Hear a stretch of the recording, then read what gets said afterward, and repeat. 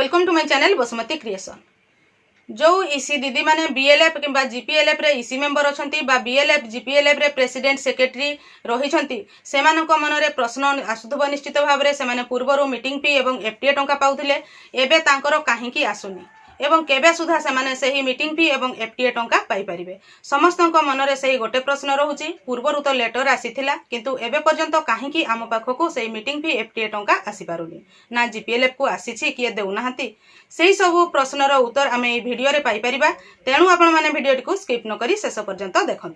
देखंतु आपण माने जानिछंती जे 9/8/2024 रे समस्त डीएसडब्ल्यूएस मानकु लेटर जारी करा जायतिला। सेही लेटर रे उल्लेख थिला जे समस्त बीएलएफ एवं जीपीएलएफ रो ईसी मानकर एप्रिल 2024 रु सेप्टेम्बर 2024 मोट 6 मासर मीटिंग फी एवं एफटीए टंका समस्त डीएसडब्ल्यूओ मानक पाखकु पठा जायछि एवं सेही लेटर रे को डिस्ट्रिक्ट को केते टंका जायछि ताहा मध्य उल्लेख थिला। किंतु समस्त ईसी मानक मनरे सही गोटे प्रश्न जदि ताहा डिस्ट्रिक्ट को आसीछि ताहले आमे माने पाई पारुनु काहींकी आमे माने केबे पाइबु एवं आमको काहींकी प्रदान करा जाउ नाही सही समस्त प्रश्न को देखिकी देखंतु हमर प्रत्येक जीपीएलएफ एवं बीएलएफ गुडी को डिस्ट्रिक्ट एवं ब्लॉक रो मिशन शक्ति ऑफिस को यूसी मागिछन। चैनल टी को प्रथम थर पई देखुतिले सब्सक्राइब कर नियंतु एवं पाखरे थिबा घंटी चिन्हटी को टिपी ऑल बटन को प्रेस कर दियंतु ताहले आपण माने मोर आगामी वीडियो रो नोटिफिकेशन ठीक समय रे पाई परिबे। बहुत गुड़िए जीपीएलएफ गुड़ी को आमर बीएलएफ रु जोटा आमर ब्लॉक लेवल फेडरेशन रही ब्लॉक रो जो मिशन शक्ति विभाग अच्छी से ही मिशन शक्ति विभाग रु जीपीएलएफ गुड़ी को यूसी मगा जाइछि। यूसी कहिले आमर यूटिलाइजेशन सर्टिफिकेट माने आपणकर मीटिंग फी एवं एफटीए टंका बापद को आपणकर जीपीएलएफ को केते टंका आसीथिला एवं सही टंका मध्यरु आपण केते टंका खर्च करछंती बा सही टंका मध्यरु आपणकर जीपीएलएफ रो ईसी मानकु केते टंका प्रदान करिसंती एवं आपणकर जीपीएलएफ रो सही एफटीए अकाउंट रे आउ केते टंका बैलेंस रहिछि सही डाटाटी आपणकर ब्लॉक रो मिशन शक्ति विभाग तरफरु मगा जाइछि। काहे कि टंका रहि जाई थाए ना बहुत गुड़िए जीपीएलएफ रे समान संख्यक ईसी रहि नथांती कोठी 11 जण 12 जण किबा को जगह 20-25 जण रहि थांती जो जीपी गुडी करे 18 जण रु कम संख्यक ईसी रहि चंती पूर्वरु प्रति जीपीएलएफ को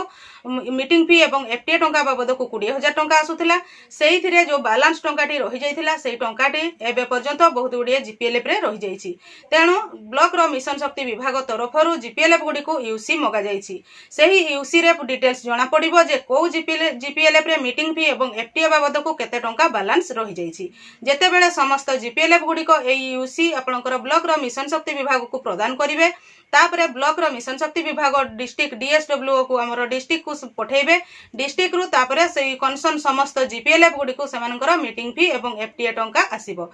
जीपीएलएफ को जेते बेले मीटिंग फी एवं एफटीए टंका आसी जिवो तापरे जीपीएलएफ रे जेते प्रेसिडेंट सेक्रेटरी बा ईसी मेंबर अछंती सेमाने तांकर मीटिंग फी एवं एफटीए टंका पाई परिबे। ए तो गला जीपीएलएफ कथा। सेही परी बीएलएफ को मध्य डिस्ट्रिक्ट रु आपनकर डिस्ट्रिक्ट रो मिशन शक्ति विभाग रु तांकर यूसी मगा जाइछि एवं सही यूसी बीएलएफ जेते बेले डिस्ट्रिक्ट गुडी को पठेबे से ता परे जाई कि प्रति बीएलएफ को मध्य सेमानकर मीटिंग फी एवं एफटीए टंका आसी जिवो। एही परि भाबरे जेते बेले आपनकर समस्त